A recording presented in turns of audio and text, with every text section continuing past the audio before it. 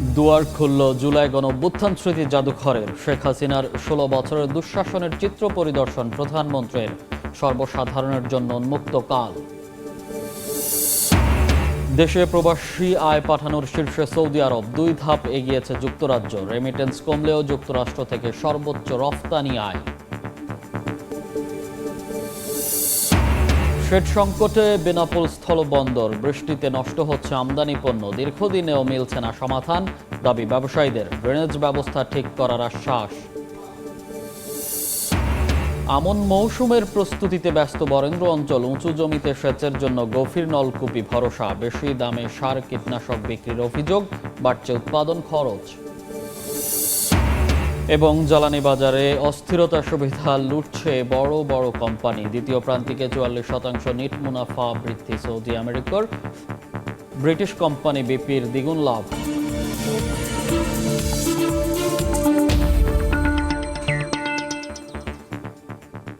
দেখছিলেন শিরোনাম। আমন্ত্রণ জানাচ্ছি দেশ ও দেশের বাইরের অর্থ বাণিজ্যের নানা খবর নিয়ে আমাদের নিয়মিত আয়োজন এ সময়ের বাণিজ্য। আপনাদের সঙ্গে আছি আমি মনির হোসাইন।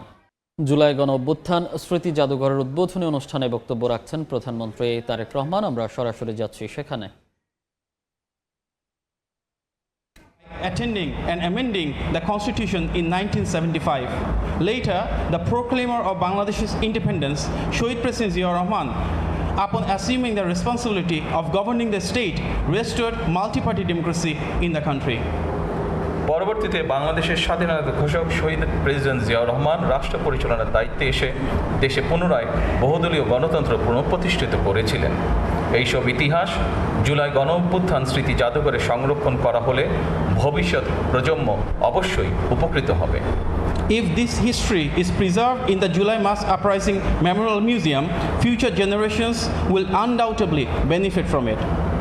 আমি আশা করি এই জাদুঘরে জুলাই আগস্টের রক্ত শহীদদের পরিচয় ও জীবন কথা, আহতদের সাক্ষ্য, গণঅভ্যুত্থানে অংশগ্রহণকারী বীর ছাত্র জনতার প্রত্যক্ষ অভিজ্ঞতা, আলোকচিত্র, ভিডিও চিত্র, সংবাদ প্রতিবেদন, পোস্টার, দেওয়াল লিখন, গ্রাফিতি, কার্টুন, কবিতা, গান, নাটক, চিত্রকর্ম, ব্যক্তিগত স্মারক এবং ডিজিটাল উপাদান ও সংরক্ষিত থাকবে। I hope this museum will preserve the identities and life stories of the martyrs of the July-August mass uprising, the testaments of the injured, the first-hand experiences of the brave students and citizens who participated in the uprising, their photographs, video footages, news reports, posters, wall writings, graffiti, poems, songs, dramas, works of art, all the creative work, personal, memorial, and digital archives as well. যারা এই জাদুঘরে নিজেদের ব্যক্তিগত স্মারক, দলিল, আলোকচিত্র, শিল্পকর্ম জাদুঘরের জন্য প্রদান করেছেন তাদেরকে আমি আন্তরিকভাবে ধন্যবাদ জানাই। I extend my sincere gratitude to all those who have donated their personal experiences, documents, photographs, and works of art to enrich this museum. উপস্থিত সুধীবৃন্দ, আমি বিশ্বাস করি অসম্পূর্ণ, অতিরঞ্জন বা উদ্দেশ্য প্রণোদিত বয়ান ইতিহাসকে শক্তিশালী করে না। Distinguished guests, I firmly believe that incomplete, distorted or motivated narratives do not strengthen history. বরং তা ইতিহাসের বিশ্বাসযোগ্যতাকে দুর্বল করে এবং ভবিষ্যৎ বিভেদের কারণ হয়ে দাঁড়ায়। Rather, they undermine its credibility and become a source of division for future generations. সুতরাং প্রতিটি বিষয় যথাসম্ভব সত্যতা নিশ্চিত থাকা প্রয়োজন। একই সঙ্গে জাদুঘরে রাখা বিষয়বলী সম্পর্কে বাংলার পাশাপাশি ইংরেজি এবং অন্যান্য ভাষাও উপস্থাপিত হলে বিশ্বের ভিনদেশী মানুষ, ভিন্নভাষী মানুষ বাংলাদেশের গণতান্ত্রিক সংগ্রামের ইতিহাস সম্পর্কে জানতে সুবিধা হবে। Therefore, every effort must be made to ensure the highest possible degree of historical accuracy. At the same time, if the exhibits and information displayed in this museum are presented not only in Bangla but also in English and other languages, people from around the world will be able to learn about the history of Bangladesh's true democratic struggle.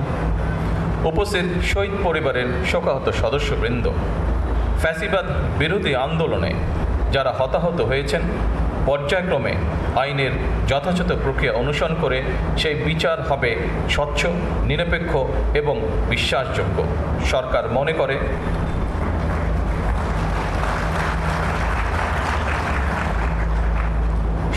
মনে করে আইনের শাসন নিশ্চিত করার জন্যই প্রতিটি অপরাধের বিচার হওয়া অত্যন্ত জরুরি।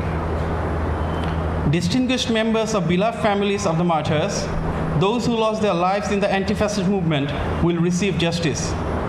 This will not be an act of vengeance. Justice will be delivered through the due process of law, fairly, impartially, and credibly. বিগত 17 বছর এবং জুলাই আন্দোলনে যে মানুষগুলো শহীদ হয়েছেন, গুম খুনের শিকার হয়েছেন, সরকার সিদ্ধান্ত গ্রহণ করেছে তাদের নামে তাদের এলাকায় যে কোনো একটি প্রতিষ্ঠানের নামকরণ করা হবে ইনশাআল্লাহ। For everyone who has sacrificed their lives and were subjected to enforced disappearances, the government has decided that in their own names, in the local areas, many institutions will be named after them. উপস্থিত সুধীবৃন্দ, দেশের গণতান্ত্রিক জনগণ আশা করে এই জাদুঘর কোনো একটি দল, গোষ্ঠী বা ব্যক্তির একক রাজনৈতিক ভাষ্য প্রতিষ্ঠার স্থান হবে না। Distinguished guests, the democracy-loving people of Bangladesh expect that this museum will not become a platform for establishing the exclusive political narrative of any single party, group or individual. কারণ 2024 সালের গণ অভ্যুত্থান কোনো একক ব্যক্তি, গোষ্ঠী কিংবা দলের নয়। এই অভ্যুত্থানের মহানায়ক বাংলাদেশের গণতান্ত্রিকামী জনগণ। Because the 2024 mass uprising did not belong to any one individual, group or political party. The true heroes of this uprising were the democracy-loving people of Bangladesh. আমি প্রায়শই একটি কথা বলি, 1971 সালের মুক্তিযুদ্ধ ছিল স্বাধীনতা অর্জনের, আর 2024 সালের গণ অভ্যুত্থান ছিল দেশ এবং জনগণের স্বাধীনতা রক্ষার। I often say that the Liberation War of 1971 was fought to achieve independence, whereas the mass uprising of 2024 was fought to protect the independence of the country and its people. জনগণ যেমন মুক্তিযোদ্ধাদেরকে ভোলেননি, একইভাবে 2024 সালে দেশ এবং জনগণের স্বাধীনতা রক্ষায় শহীদদেরকেও জনগণ কখনোই ভুলবে না। Just as the people have never forgotten the freedom fighters of 1971, they will never forget all the martyrs who sacrificed their lives in 2024 to safeguard the freedom of our nation and our people. সম্মানিত উপস্থিতবৃন্দ, জুলাই গণ অভ্যুত্থানে আহত জুলাই যোদ্ধাদেরকে সরকারি হাসপাতালে বিনামূল্যে চিকিৎসা সেবা প্রদান করা হচ্ছে। পাশাপাশি গুরুতর আহত জুলাই যোদ্ধাদেরকে যথা নিয়মে উন্নত চিকিৎসার জন্য থাইল্যান্ড, সিঙ্গাপুর, তুরস্ক, রাশিয়া সহ বিভিন্ন দেশে চিকিৎসা করানো হচ্ছে। Distinguished guests, the injured July fighters are receiving free medical treatment at government hospitals. In addition, those who sustained critical injuries are being sent for advanced medical treatment to countries including Thailand, Singapore, Turkey, and Russia. বর্তমানে 50 জন জুলাই যোদ্ধা বিদেশে চিকিৎসাধীন রয়েছেন। গেজেটভুক্ত জুলাই যোদ্ধাদের মধ্যে 13,000-এরও বেশি জুলাই যোদ্ধাকে তাদের নিজস্ব ব্যাংক অ্যাকাউন্টে শ্রেণীভিত্তিক মাসিক সম্মানী ভাতা প্রদান করা হচ্ছে। At present, 50 July fighters are undergoing treatment abroad. Among the officially gazetted July fighters, more than 13,000 are receiving monthly honorarium according to their respective categories directly into their own bank accounts. ফ্যাসিবাদের বিরোধী আন্দোলনে হতাহতদের রাষ্ট্রীয় উদ্যোগে সহায়তা করার ব্যাপারে বর্তমান সরকার অত্যন্ত আন্তরিক। The present government remains deeply committed to extending state support to those who suffered in the anti-fascist movement.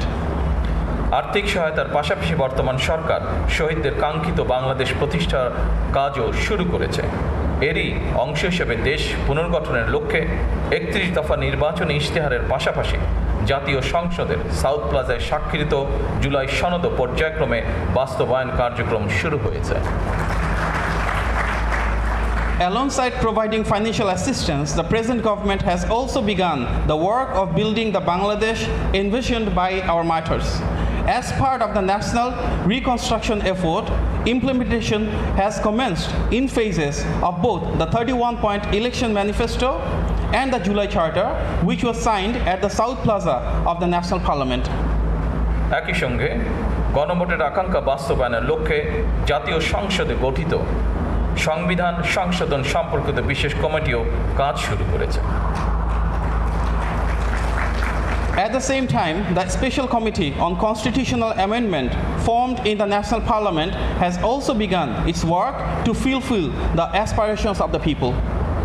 দেশ পুনর্গঠনের মাধ্যমে একটি স্বনির্ভর, সমৃদ্ধ, নিরাপদ গণতান্ত্রিক বাংলাদেশ প্রতিষ্ঠার মাধ্যমে আমরা শহীদদের কাঙ্ক্ষিত বাংলাদেশ গড়তে চাই ইনশাআল্লাহ। Through national reconstructions, we will inshallah build a self-reliant, progressive, prosperous, secure and democratic Bangladesh, the Bangladesh for which the martyrs laid down their lives. উপস্থিত সুধীবৃন্দ, আমি আজ এই অনুষ্ঠানে একটি বিষয় জনগণের দৃষ্টি আকর্ষণ করতে চাই। Distinguished guests, today I would like to draw the attention of the people to one important issue. ফ্যাসিবাদ মুক্ত বাংলাদেশে কেউ কেউ অহেতুক ইস্যু তৈরি করে দেশে অস্থিরতা সৃষ্টির অপচেষ্টা শুরু করেছে। এসব পরিস্থিতি তৈরি করে তারা নিজেদের অজান্তেই পতিত পরাজিত পলাতক স্বৈরাচারের পুনরুত্থানের পথ সুগম করছে কিনা সেটি মনে হয় ভেবে দেখা প্রয়োজন আমাদের। In our Bangladesh now free from fascism, some are attempting to manufacture unnecessary issues and create instability in the country. I urge them to reflect on whether, by creating such situations, they are unknowingly paving the way for the resurgence of the defeated, ousted, and fugitive autocratic regime. পরিশেষে জুলাই গণ অভ্যুত্থান স্মৃতি জাদুঘর প্রতিষ্ঠার সঙ্গে সংশ্লিষ্ট স্থপতি, ইতিহাসবিদ, গবেষক, জাদুঘর বিশেষজ্ঞ, শিল্পী, সংগ্রাহক, কারিগর, কর্মকর্তা কর্মচারী এবং সবাইকে আমি আন্তরিক ধন্যবাদ জানাই। In conclusion, I extend my heartiest thanks to the architects, historians, researchers, museum experts, artists, collectors, technicians, officials, staff members, and all others associated with the establishment of the July Mass Uprising Memorial Museum. আজকের এই দিনে আমি আরও ধন্যবাদ জানাতে চাই বাংলাদেশ সশস্ত্র বাহিনীকে গণতন্ত্র এবং জনগণের পক্ষে অবস্থান গ্রহণের জন্য। Today, I express my deepest thanks to all the armed forces for their vital role and standing by the side of the people during the fascist rule. Thank you. এই বাংলাদেশ আর কখনোই তাবিদারি রাষ্ট্রে পরিণত হবে না ইনশাআল্লাহ। এই প্রত্যাশায় জুলাই গণ অভ্যুত্থান স্মৃতি জাদুঘরের শুভ উদ্বোধন ঘোষণা করছি। সকলকে আন্তরিক ধন্যবাদ।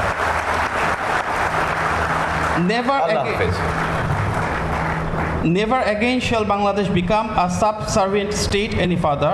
With this hope and conviction, I hereby declare the July Mass Uprising Memorial Museum officially inaugurated. Thank you all. Allah Hafiz.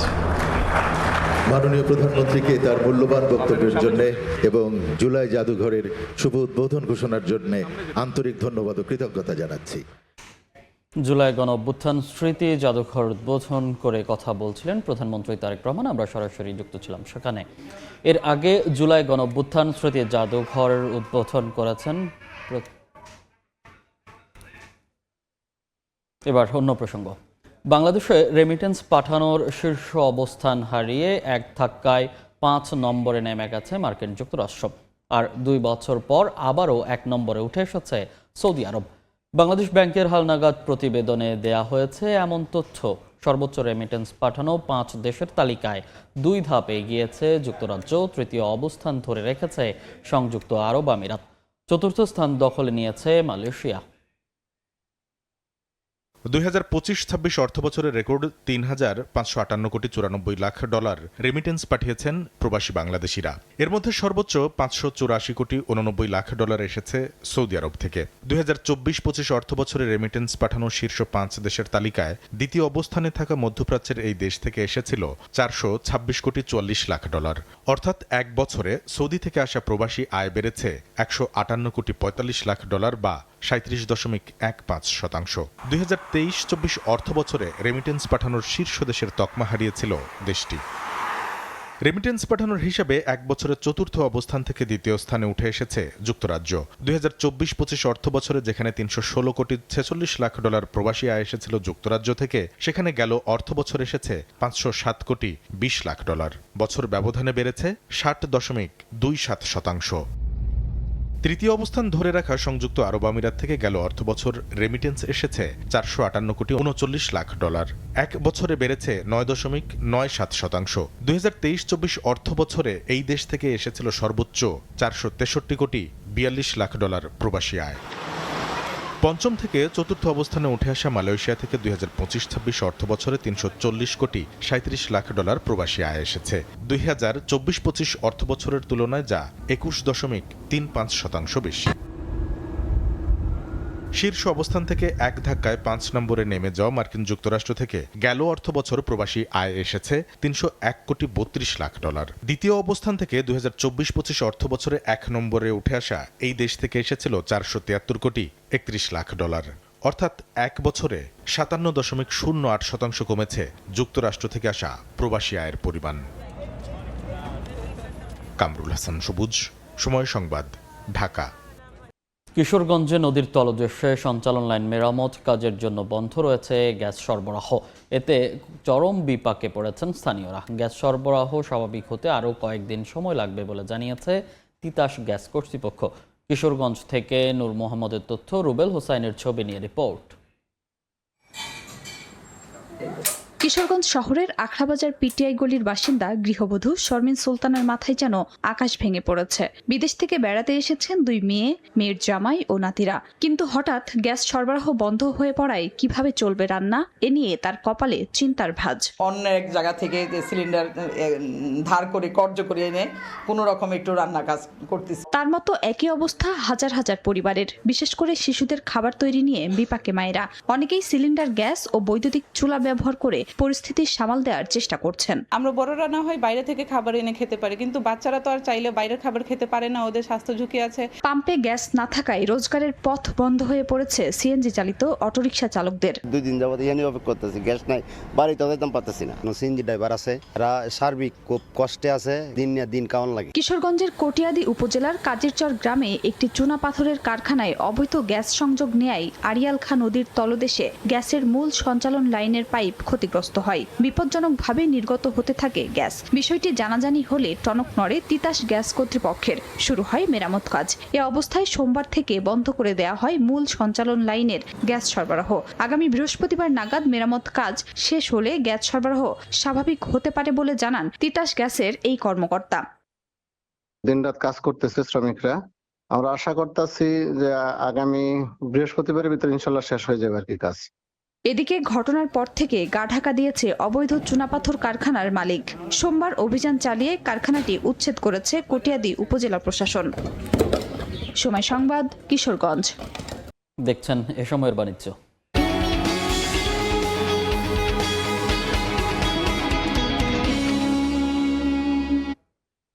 চলতি অর্থ বছরের প্রথম মাস জুলাইয়ে আগের মাসের তুলনায় দেশের শীর্ষ 5 রফতানি গন্তব্যেই বেড়েছে রফতানি আয়। সর্বোচ্চ রফতানি আয় এসেছে যুক্তরাষ্ট্র থেকে, দ্বিতীয় অবস্থানে রয়েছে জার্মানি।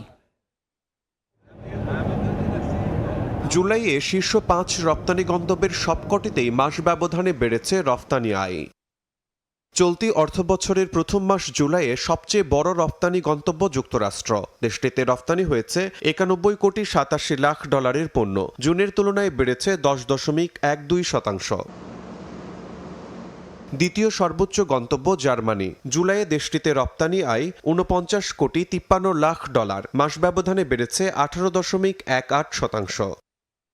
তৃতীয় অবস্থানে থাকা যুক্তরাজ্যে জুলাইয়ে রপ্তানি হয়েছে 47 কোটি 84 লাখ ডলারের পণ্য, জুনের তুলনায় প্রবৃদ্ধি 21.34%। চতুর্থ বৃহত্তম রপ্তানি গন্তব্য স্পেন, জুলাইয়ে দেশটিতে রপ্তানি আয় হয়েছে 42 কোটি 23 লাখ ডলার, মাস ব্যবধানে বেড়েছে 29.13%।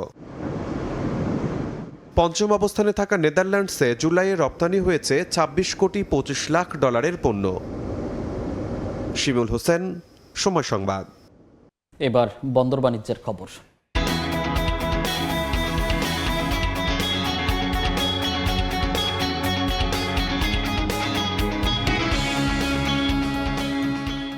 বেনাপোল বন্দরে ছাউনিযুক্ত জায়গার অভাবে বৃষ্টির পানিতে ভিজে নষ্ট হচ্ছে আমদানি পণ্য। আমদানিকারকদের অভিযোগ, বারবার বন্দর কর্তৃপক্ষকে অবহিত করা হলেও নেওয়া হয়নি যথাযথ কোনো ব্যবস্থা। তবে দীর্ঘমেয়াদী পরিকল্পনায় ড্রেনেজ ব্যবস্থা ঠিক করে সমস্যা সমাধানের আশ্বাস বন্দর কর্তৃপক্ষের। বেনাপোল থেকে আজিজুল হকের তথ্য, শাওন হোসেনের ছবিতে রিপোর্ট। প্রায় ৮৮ একর আয়তনের জায়গার উপর স্থাপিত বেনাপোল বন্দরে আমদানি পণ্যের ধারণ ক্ষমতা ৫০ থেকে ৫৫ হাজার মেট্রিক টন। তবে বেশিরভাগ সময়েই পণ্য থাকে ধারণ ক্ষমতার থেকে দ্বিগুণেরও বেশি, ১ লাখ থেকে ১.৫ লাখ টন পর্যন্ত। এছাড়া এ পথে রেলে পণ্য আমদানি হলেও সেটি আর না থাকায় খোলা আকাশের নিচেই রাখতে হচ্ছে পণ্য। এতে বৃষ্টির পানিতে ভিজে মান নষ্ট হচ্ছে আমদানি পণ্যের। রয়েছে পণ্য চুরির অভিযোগও। আমাদের রেলে যে পণ্যগুলো আসে এই পণ্যগুলো রাখার জন্য সাইটে কোনো স্পেস নেই রেলের সাইটে, যার কারণে এই পণ্যগুলো আমাদের কাদার ভিতরে রাখা লাগবে নতুন ট্র্যাক্টরগুলো। পানির সময় কাজ করতে অনেক অসুবিধা হয়। এছাড়া জলবদ্ধতার কারণে বছরের পর বছর পণ্যগাড়ে পানি ঢুকে ক্ষতি হলেও টনক নড়ছে না বন্দর কর্তৃপক্ষের। অভিযোগ আমদানিকারক। পানি নিষ্কাশনের কোনো ব্যবস্থা নাই। সামান্য কিছু বৃষ্টি হলেই বন্দরে সেটে পানি জমে আমাদের মালামাল ক্ষতিগ্রস্ত হয়ে যায়। তবে দীর্ঘমেয়াদী পরিকল্পনায় ড্রেনেজ ব্যবস্থা ঠিক করে সমস্যা সমাধানের আশ্বাস বন্দর কর্তৃপক্ষের। আমরা চাচ্ছি যে বন্দরের সমুদয় সমস্ত পানিগুলোকে মাস্টার ড্রেনের মাধ্যমে কাছাকাছি যে আমাদের নদীটি রয়েছে সেই নদীতে নিয়ে ফেলার জন্য। বেনাপোল বন্দরের আমদানি রপ্তানি বাণিজ্য থেকে বছরে কাস্টমস হাউস প্রায় ১০,০০০ কোটি ও বন্দর প্রায় ১০০ কোটি টাকা রাজস্ব আয় করে। সময় সংবাদ, বেনাপোল। রাজশাহীতে বয়স্ক, বিধবা, প্রতিবন্ধী ও অনগ্রসর জনগোষ্ঠীর বিশেষ ও শিক্ষা ভাতা দেওয়ার ক্ষেত্রে উঠেছে ব্যাপক অনিয়মের অভিযোগ। মেম্বার ও প্যানেল চেয়ারম্যানদের অনেকেই ভুক্তভোগীদের কাছ থেকে টাকার বিনিময়ে ভাতার কার্ড বিতরণ করেন বলে অভিযোগ উঠেছে। উপজেলা সমাজসেবা কর্মকর্তা ও জনপ্রতিনিধিরা ভাতাভোগীদের মুঠোফোনের সিম নিজেদের কাছে রেখেও টাকা আত্মসাৎ করছেন বলে অভিযোগ রয়েছে। হাবিবুর রহমান পাপ্পুর তোলা ছবিতে বিস্তারিত সাইফুর রহমান রকির রিপোর্টে। ৬ লাখ এবছর ৩ লাখ রাজশাহীর বাগমারা উপজেলার ঝিকরা ইউনিয়নের মেম্বার শাহাদাত হোসেন গত ২ বছরে প্রতিবন্ধী ভাতার ৯ লাখ টাকা নিজের পকেটে ঢুকিয়েছেন, সেই গল্পই করছেন তিনি। অবশ্য ক্যামেরার সামনে নিজেকে নির্দোষ দাবি করেন তিনি। যদি কেউ বলে থাকে তাহলে এটা মিথ্যা কথা বলেছে। ভাতাভোগীরা যেই মুঠোফোন নাম্বারে টাকা পান সেই নাম্বার বছরের পর বছর ধরে নিজের কাছে রেখে লাখ লাখ টাকা আত্মসাতের অভিযোগে সম্প্রতি বাগমারা থেকে স্ট্যান্ড রিলিজ হয়েছেন সমাজসেবা কর্মকর্তা আনিসুর রহমান। জেলার ৯টি উপজেলায় মেম্বার, চেয়ারম্যান ও প্যানেল চেয়ারম্যানদের নিয়ে সিন্ডিকেট করে বয়স্ক, বিধবা, প্রতিবন্ধী, অনগ্রসর জনগোষ্ঠীর বিশেষ ও শিক্ষা ভাতা দেয়া হয়। সরেজমিনে গিয়ে দেখা যায় মেম্বাররা ৫ থেকে ১০,০০০ টাকার বিনিময়ে সুস্থ মানুষকে প্রতিবন্ধী ভাতার কার্ড দিচ্ছেন। বেশ কয়েকটি পল্লী ঘুরেও সমাজসেবা অধিদপ্তরের তালিকায় থাকা পিছিয়ে পড়া জনগোষ্ঠীর ৭৬১ জন শিক্ষার্থীর কোনো হদিস মেলেনি। বয়স্ক ও বিধবা ভাতা নিয়েও রয়েছে বিস্তর অভিযোগ। মেম্বার যারা মেম্বার, চেয়ারম্যান তাদের আত্মীয় টানে, যারা গরিব তাদের দিক ৫,০০০ টাকা ১০,০০০ টাকার বিনিময়ে তাদেরকে সুস্থ লোককে প্রতিবন্ধী সাজে তাদেরকে ভাতা করে দিয়েছে। তবে মেম্বার ও প্যানেল চেয়ারম্যানরা ভাতাভোগীদের কাছ থেকে টাকা নেয়ার কথা স্বীকার করলেও সেই টাকা উপজেলা সমাজসেবা অফিসারের কাছে দেওয়ার কথা জানান তারা। আবার অনেকে করেন অস্বীকার। অফিস নিছে, আপনার সমাজসেবা অফিস। কোনো প্রতিবন্ধী বা বয়স্ক ভাতার কারো ১০০টি টাকা খেয়েছি বা কারো ১ কাপ চা খেয়েছি, আমাকে আইনগত দিক থেকে যেটি শাস্তি দিবে আমি সেটি গ্রহণ করব। উপজেলা সমাজসেবা কর্মকর্তা ও জেলা প্রশাসক জানান, তদন্ত করে ব্যবস্থা নেওয়া হবে। এরকম অভিযোগ যদি আসে অবশ্যই সেটা আমরা তদন্ত করে যদি যে প্রাপ্য নয় তাকে যদি দেওয়া হয় সেটি আমরা ক্যান্সেল করে দেবো। আমরা প্রত্যেকটা কার্ড ধরে ধরে ব্যক্তিকেও কিন্তু যাচাই করব। শনাক্তকৃত ফর্মের আমাদের বিষয় আছে, সেটা আসলে আছে কিনা অফিসে আমি এখনো পর্যন্ত পাইনি। যদি না থাকে অটোমেটিক্যালি যেটা ভুয়া বলতেছি আমরা সেটা বাতিল হবে। জেলা সমাজসেবা কার্যালয় সূত্রে জানা গেছে, 3 মাস পর পর 1950 টাকা করে বয়স্ক ভাতা পান 1,05,330 জন, বিধবা ভাতা পান 47,617 জন। 3 মাস পর 2,700 টাকা করে প্রতিবন্ধী ভাতা পান 82,929 জন। এছাড়া আরও বিভিন্ন ভাতাভোগীর সংখ্যা 2,774 জন। সাইফুর রহমান রকি, সময় সংবাদ, রাজশাহী।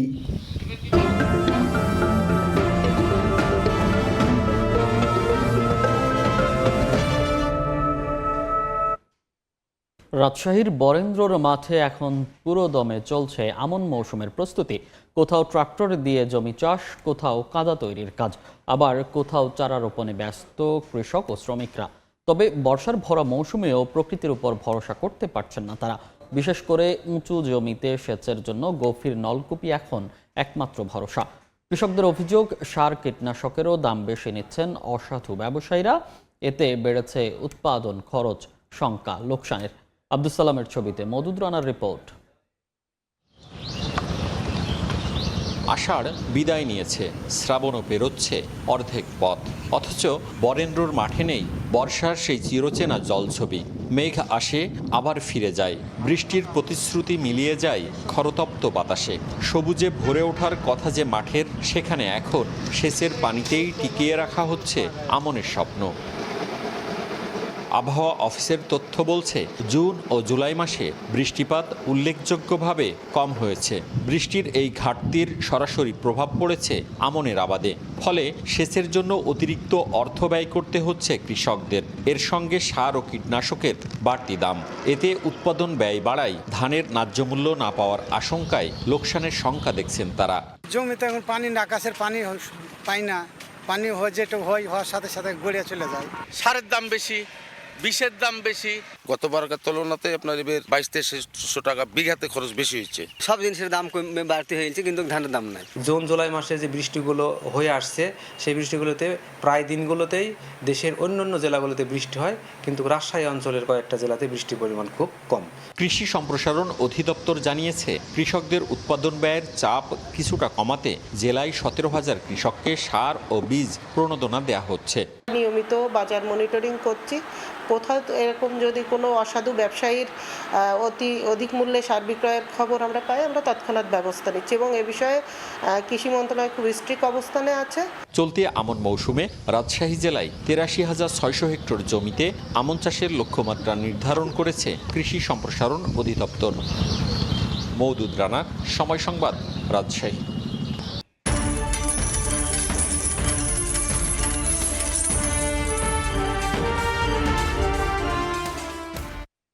বিশ্বব্যাপী দুগ্ধজাত পণ্যের দাম বেড়েছে। গ্লোবাল ডেইরি ট্রেড জিডিটির চলতি মাসের প্রথম নিলামের তথ্য, ফন্টেরার গুঁড়ো দুধ সহ দুগ্ধজাতীয় পণ্যের দাম 2 সপ্তাহ ব্যবধানে বেড়েছে 0.1%। বছরব্যাপী আন্তর্জাতিক বাজারে ব্যাপক চাহিদা থাকে দুগ্ধজাত পণ্যের। কখনো উৎপাদনে ঘাটতি, আবার কখনো সময় মতো সরবরাহ না পাওয়ার শঙ্কার বিপরীতে চাহিদা বৃদ্ধি সহ বিভিন্ন কারণে বেড়ে যায় পণ্যের দাম। এমনই সব কারণে বিশ্ববাজারে ঊর্ধ্বমুখী দুগ্ধজাত পণ্যের দাম। গ্লোবাল ডেইরি ট্রেড জিডিটির নিলামের তথ্য বলছে, আগস্ট মাসের প্রথম নিলামে দুগ্ধজাত পণ্যের দাম 2 সপ্তাহের ব্যবধানে 0.1% বেড়েছে। 170টি প্রতিষ্ঠানের অংশ নেওয়া নিলামে কেনাবেচা হয়েছে 40,504 টন দুগ্ধজাত পণ্য। প্রতি টনের গড় মূল্য পড়েছে $3,778। নিলামে সবচেয়ে বেশি বেড়েছে ল্যাকটোজের দাম, 4.1% বেড়ে টন প্রতি গড় মূল্য দাঁড়িয়েছে $1,780। চেডারের দাম 3.8% বেড়ে টন প্রতি গড় মূল্য দাঁড়িয়েছে $3,723। ননিযুক্ত গুঁড়া দুধের দাম বেড়েছে 0.2%। টন প্রতি গড় মূল্য পৌঁছেছে $3,483, আর ননি ছাড়া গুঁড়া দুধের দামও বেড়েছে 1.2%। প্রতি টনের গড় মূল্য পড়েছে $3,261, আর মোজারেলার দাম ঠেকেছে টন প্রতি $3,992। জিডিটি মূল্যসূচকে চলতি সপ্তাহে পড়ে গেছে বাটার মিল্ক পাউডারের দাম। টন প্রতি গড় মূল্য 2.8% কমে নেমেছে $3,966। মাখনের দাম 2.3% কমে নেমেছে $5,225, আর 0.8% কমে অ্যানহাইড্রাস মিল্ক ফ্যাটের দাম নেমেছে $6,367। অন্তরা সেন, সময় সংবাদ। এআই প্রযুক্তির জয় জয়কারের ইতিবাচক প্রভাব এবার পড়েছে বিশ্বের ভারী শিল্প ও যন্ত্রাংশ খাতে। কৃত্রিম বুদ্ধিমত্তার ডাটা সেন্টার নির্মাণ বেড়ে যাওয়ায় রেকর্ড পরিমাণ মুনাফা করেছে বিশ্বের অন্যতম শীর্ষ ভারী যন্ত্রপাতি প্রস্তুতকারক প্রতিষ্ঠান ক্যাটারপিলার। দ্বিতীয় প্রান্তিকে আশাতীত লাভের পর বার্ষিক রাজস্ব আয়ের লক্ষ্যমাত্রাও বাড়িয়েছে মার্কিন প্রতিষ্ঠানটি। কৃত্রিম বুদ্ধিমত্তার বিস্তার শুধু চিপ নির্মাতাদেরই নয়, ভারী যন্ত্রপাতি নির্মাতা প্রতিষ্ঠানগুলোর ব্যবসাকেও দিচ্ছে নতুন গতি। চলতি বছরের দ্বিতীয় প্রান্তিক শেষে তাই রেকর্ড পরিমাণ মুনাফা করার খবর দিয়েছে বিশ্বের অন্যতম শীর্ষ ভারী যন্ত্রপাতি প্রস্তুতকারক প্রতিষ্ঠান ক্যাটারপিলার। মার্কিন কোম্পানিটি জানায়, এআই ডেটা সেন্টার নির্মাণের জোয়ারে বিদ্যুৎ উৎপাদন সরঞ্জাম এবং নির্মাণ যন্ত্রপাতির চাহিদা বেড়ে যাওয়ায় তাদের ব্যবসায় শক্তিশালী প্রবৃদ্ধি এসেছে। এ কারণে চলতি বছরের রাজস্ব প্রবৃদ্ধির পূর্বাভাস বাড়িয়েছে প্রতিষ্ঠানটি। শুধু তাই নয়, মার্কিন শুল্ক খরচের যে হিসাব আগে $250 কোটি বেশি ধরা হয়েছিল তা কমিয়ে $220 কোটি নামিয়ে এনেছে প্রতিষ্ঠানটি। প্রতিষ্ঠানটির এই ইতিবাচক ফলাফলের পর শেয়ার বাজারেও বড় প্রতিক্রিয়া দেখা গেছে। মঙ্গলবার সকালের লেনদেনে প্রতিষ্ঠানটির শেয়ারের দাম এক ধাক্কায় বেড়ে যায় 12%, যা বিগত 17 বছরের মধ্যে কোম্পানিটির জন্য একদিনে সর্বোচ্চ শেয়ার দর বৃদ্ধির রেকর্ড। শুধু ক্যাটারপিলারই নয়, তাদের এই সাফল্য ইতিবাচক প্রভাব ফেলেছে পুরো মার্কিন পুঁজিবাজারে। কোম্পানিটির শেয়ারের এই রেকর্ড উল্লঙ্ঘনের ওপর ভর করে blue chip benchmark Dow Jones industrial index সূচক একদিনে বেড়েছে 1.3%। অন্তরা সেন, সময় সংবাদ। মধ্যপ্রাচ্য উত্তেজনায় বিশ্ব জ্বালানি বাজারে অস্থিরতা বাড়ালেও এর বড় সুবিধাভোগী হয়ে উঠেছে বিশ্বের শীর্ষ তেল কোম্পানিগুলো। জ্বালানির উচ্চ মূল্যের কারণে দ্বিতীয় প্রান্তিকে প্রত্যাশার চেয়েও বেশি মুনাফা করেছে সৌদি আরামকো আর ব্রিটিশ জ্বালানি প্রতিষ্ঠান ব্রিটিশ পেট্রোলিয়াম বিপি। মধ্যপ্রাচ্য সংঘাতের জেরে আন্তর্জাতিক বাজারে হু হু করে বাড়তে থাকে অপরিশোধিত জ্বালানি তেল ও গ্যাসের দাম। অস্থির হয়ে ওঠে বিশ্ববাজার, আর এই সুযোগেই চড়া মুনাফা হাতে নেয় বৈশ্বিক শীর্ষ জ্বালানি প্রতিষ্ঠানগুলো। চলতি বছরের দ্বিতীয় প্রান্তিকে বড় ধরনের আর্থিক মুনাফার মুখ দেখেছে ব্রিটিশ পেট্রোলিয়াম বা বিপি। মঙ্গলবার প্রকাশিত প্রতিবেদন অনুযায়ী কোম্পানিটির নিট মুনাফা দাঁড়িয়েছে $573 কোটি, যা গেল বছরের একই প্রান্তিকের তুলনায় দ্বিগুণেরও বেশি। ব্যবসায় এমন মুনাফার পর শেয়ার হোল্ডারদের জন্য লভ্যাংশ 4% বাড়ানোর ঘোষণা দিয়েছে বিপি। এতে প্রতি সাধারণ শেয়ারে লভ্যাংশের পরিমাণ দাঁড়িয়েছে $8.66। এদিকে বিশ্বের সবচেয়ে বড় তেল রপ্তানিকারক প্রতিষ্ঠান সৌদি আরামকো জানিয়েছে, চলতি বছরের দ্বিতীয় প্রান্তিকে তাদের নিট মুনাফা বেড়েছে 44%। 30 জুন পর্যন্ত 3 মাসে কোম্পানিটির মুনাফা হয়েছে $3,269 কোটি, যা এক বছর আগে ছিল $2,267 কোটি। অন্তরা সেন, সময় সংবাদ। বিশ্ববাজারের চাহিদা বদলের সঙ্গে সঙ্গে আকাশপথে পণ্য পরিবহন আরও জোরদার করেছে চীন। চলতি বছরের 31 জুলাই পর্যন্ত চীন চালু করেছে 103টি নতুন আন্তর্জাতিক এয়ার কার্গো রুট। এর ফলে প্রতি সপ্তাহে যুক্ত হয়েছে আরও 229টি অতিরিক্ত রাউন্ড ট্রিপ কার্গো ফ্লাইট। পাশাপাশি আফ্রিকা ও উত্তর আমেরিকায়ও সম্প্রসারণ করা হচ্ছে কার্গো নেটওয়ার্ক। নতুন চালু হওয়া রুটগুলোর মধ্যে রয়েছে এশিয়ায় 51টি, ইউরোপে 38টি, উত্তর আমেরিকায় 12টি, আফ্রিকায় 2টি এবং দক্ষিণ আমেরিকায় 1টি রুট। এসব রুটে মূলত উচ্চমানের উৎপাদিত পণ্য, ইলেকট্রনিক্স সামগ্রী এবং অটো পার্টস পরিবহন করা হচ্ছে।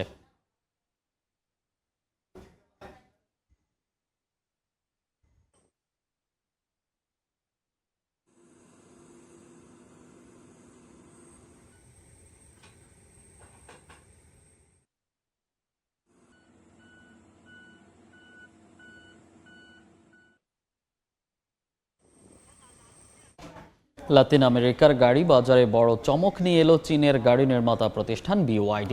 2 বছরের গবেষণা আর বিশাল বিনিয়োগের পর ব্রাজিলের মাটিতে এই প্রতিষ্ঠানটি তৈরি করেছে তাদের প্রথম plug in hybrid flex fuel গাড়ি। বিদ্যুৎ, পেট্রোল কিংবা ইথানল 3 জ্বালানিতেই চলবে এই পরিবেশ বান্ধব গাড়ি। গাড়ি বাজারের চাকা এবার ঘুরবে সম্পূর্ণ নতুন প্রযুক্তিতে। 2 বছরের গবেষণা আর বড় অঙ্কের বিনিয়োগের পর ব্রাজিলের মাটিতে তৈরি হলো প্রথম plug in hybrid flex fuel গাড়ি সংপ্রু সুপার হাইব্রিড। নির্মাতা চীনের শীর্ষ গাড়ি ব্র্যান্ড BYD। এই গাড়ির সবচেয়ে বড় চমক এর জ্বালানি বহুমুখিতা। চার্জিং পয়েন্ট না থাকলেও কেবল ইথানল কিংবা পেট্রোলেই চলবে এই গাড়ি। পরিবেশ বান্ধব এই প্রযুক্তির GL মডেলটি বিদ্যুতে চলবে এক নাগাড়ে 60 কিলোমিটার, আর প্রিমিয়াম সংস্করণটি পাড়ি দেবে 120 কিলোমিটার পথ। আমরা শুধু গাড়ি বাজারজাত করছি না, ব্রাজিলের কাঁচামাল ও মেধাকে কাজে লাগিয়ে এই অঞ্চলের জন্য নতুন ভবিষ্যৎ তৈরি করছি। 2027 সালের মধ্যে অর্ধেক পার্টস স্থানীয়ভাবে তৈরি হবে।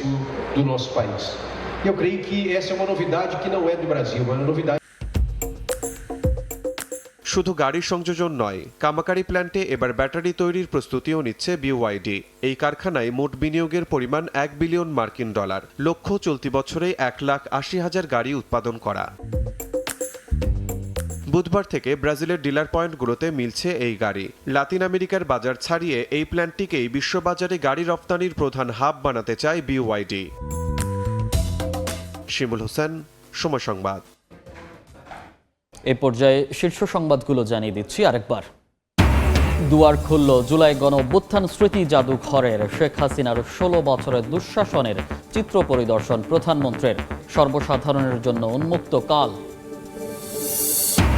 দেশে প্রবাসী আয় পাঠানোর শীর্ষে সৌদি আরব, 2 ধাপে গিয়েছে যুক্তরাজ্য। রেমিটেন্স কমলেও যুক্তরাষ্ট্র থেকে সর্বোচ্চ রফতানি আয়।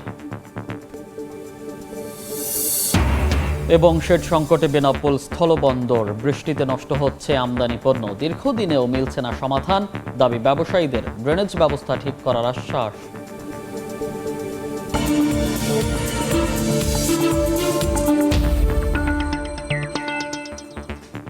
এই ছিল এই সময়ের বাণিজ্যের পর। দুপুর 12টার সময় সংবাদের সঙ্গে থাকবেন সহকর্মী ইমদাদুল হক। মনির, আপনাকে ধন্যবাদ। দুপুর 12টার সময় সংবাদ নিয়ে আসছি কিছুক্ষণ পর, সঙ্গে থাকুন সময়ের।